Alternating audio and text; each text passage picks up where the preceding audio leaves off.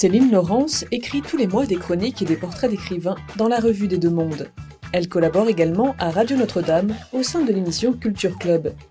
Là où la caravane passe est son premier roman.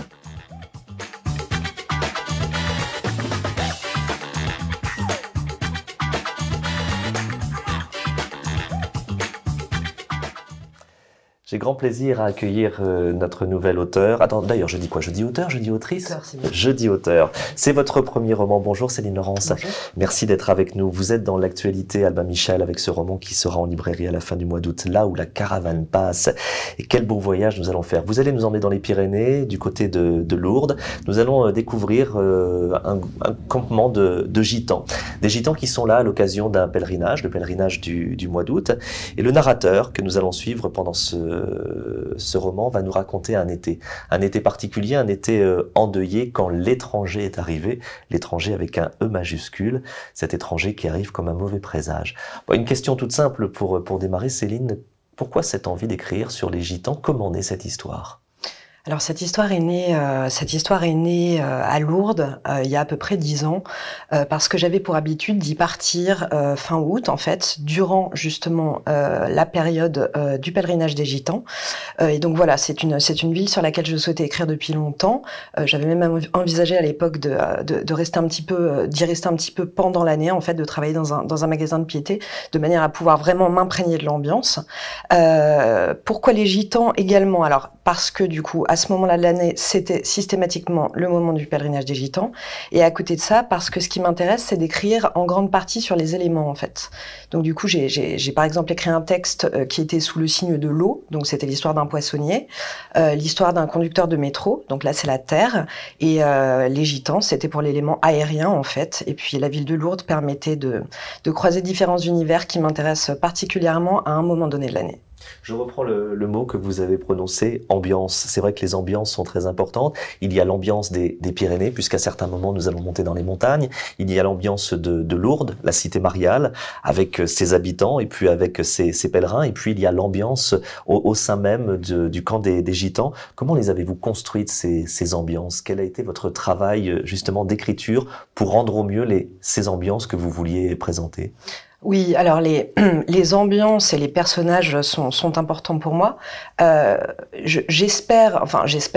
pense écrire une littérature relativement poreuse en fait, c'est-à-dire poreuse aux ambiances, poreuse aux psychologies, poreuse à des situations de latence tout simplement. Alors du coup, je n'ai pas d'intrigue de base dans laquelle je fais graviter mes personnages. Ce sont mes personnages qui sont à l'origine de l'intrigue. Et donc du coup, en suivant au fur et à mesure la personnalité, la présentation des personnages, je commence à tisser, à savoir vers là où ils peuvent aller. Et donc du coup, ça passe par des situations cocasses, par des situations de déjeuner, par des situations d'attente tout simplement en fait. Vous écrivez un moment à propos de ces gitans. L'après-midi même, un type de l'équipe municipale est venu nous voir pour nous expliquer qu'un collectif de bénévoles s'était lancé dans un projet d'envergure pour les plus démunis, donc nous, qui s'appelait l'alphabétisation. On allait se voir expliquer la grammaire gratuitement. Il a bien insisté pour qu'on saisisse la chance qui était la nôtre d'être les premiers cobayes de ce plan humaniste. On avait l'habitude, nous autres, de leurs œuvres et de leurs projets à la Mort-Moelneux. On avait une radio catholique qui avait essayé de nous enregistrer pendant qu'on jouait de la guitare, d'abord à notre insu, les techniciens dissimulés derrière nos caravanes, puis surgissant en nous demandant de jouer plus fort. Fallait qu'on y mette du cœur pour que les auditeurs sentent l'âme rome, alors que nous, on était des gitans et que ça avait rien à voir, mais ça les a laissés de marbre, cette distinction. Et ils avaient surenchéri que nous, les gens du voyage, on était tous épris de liberté et que l'ostracisme, c'était pour les pré-68. L'amour, voyons, point d'exclamation. Comment avez-vous fait pour travailler justement sur les gitans? Vous vous êtes renseigné, vous êtes allé voir des campements de gitans ou tout cela naît de votre imagination? Alors j'ai été amenée à les rencontrer plusieurs fois du coup, parce que lorsque j'allais à Lourdes, en fait, l'ami avec qui j'y allais couvrait le pèlerinage des gitans, mais en les photographiant. Alors moi souvent en fait, la maison était située dans un petit village sur les hauteurs et je n'ai pas mon permis de conduire. Donc en fait, je passais mes journées à attendre et à imaginer ce qui se passait en bas. Donc voilà et au niveau des gitans, non, parce que j'ai personnellement du mal. Je sais que beaucoup de personnes apprécient ça, mais j'ai du mal avec l'autobiographie déjà, et ensuite avec le récit fiction. Je ne suis pas journaliste. Je pense que quelqu'un qui voudrait écrire sur les gitans, il y a des doctorats d'ailleurs que j'ai consultés là-dessus. Enfin, c'est un travail sérieux et de recherche. Moi, tout est purement fictif. Donc moi, ce qui m'intéressait justement en parlant des gitans, c'est que ça me permettait donc de mélanger les récits en fait des villageois avec les légendes, les récits de contes narrés en fait qui sont complètement inventés qu'ils racontent, et puis ensuite le récit des pèlerins à Lourdes, et puis le récit aussi de personnes qui n'ont pas forcément la foi. Qu'est-ce qu'on transmet quand on n'a pas la foi? Ben, on peut véhiculer des histoires de famille en fait. Donc c'était vraiment ces différents récits morcelés, l'effet de les réunir à un moment donné de l'année en un endroit. Je trouvais que c'était plutôt intéressant et ça peut effectivement sembler une sorte de poupée russe, voilà, avec ces différents récits, mais qui, à un moment donné, se confrontent les uns aux autres, sans manichéisme. Justement, vous le dites bien, il y a cette intrigue que l'on va suivre avec cette tension qui va monter au cours de cet été maudit, comme le dit le narrateur, avec l'arrivée de l'étranger. Néanmoins, votre souhait, c'est bien d'enchaîner des anecdotes, des petites histoires liées à différentes communautés qui se croisent sur cette ville de Lourdes. Bien sûr, il y a une intrigue, évidemment.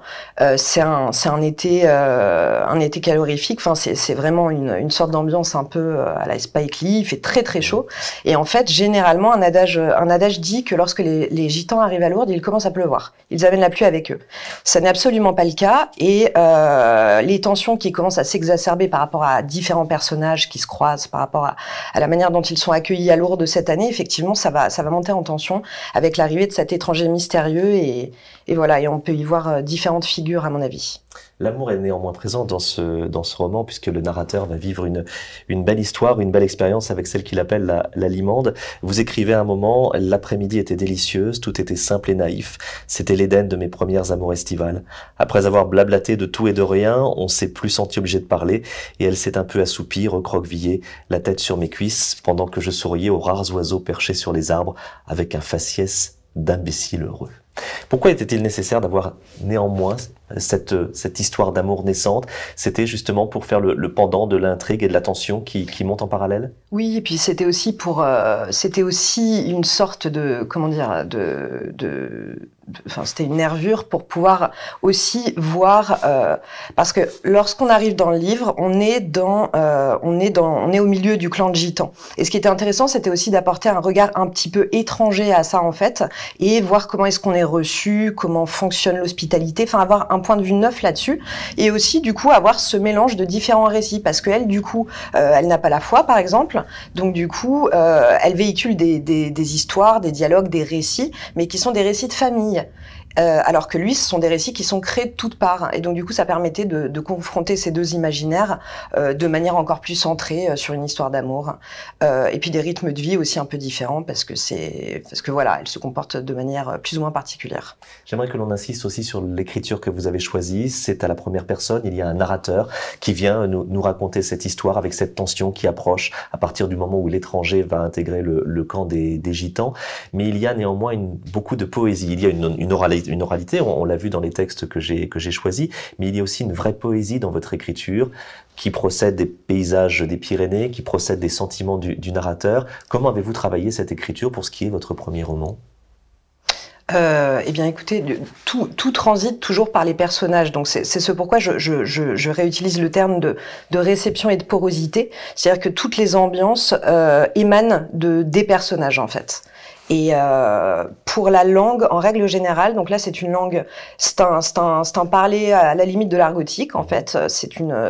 J'apprécie particulièrement les mélanges de registres et donc du coup ça permettait effectivement de brasser un français peut-être un peu plus châtié avec certains personnages et puis à côté de ça avoir une langue parce que ça se déroule en partie dans la tête du narrateur. Donc du coup je voulais pas avoir voilà, je mélange du coup lorsque c'est du dialogue indirect un certain registre, lorsque c'est du dialogue, lorsque on est dans le pardon pour le terme, mais dans le stream of consciousness, quand on est dans la tête du personnage, du coup, un langage beaucoup plus populaire, beaucoup plus vif, beaucoup plus rapide, et peut-être aussi avec des redondances stylistiques, parce que c'est vrai, on utilise généralement une certaine gamme de mots, et en fait, ils reviennent, et ça me permettait de mettre le lecteur en confiance, et au fur et à mesure, de s'initier à des histoires un petit peu plus larges, et et s'attacher aux personnages aussi.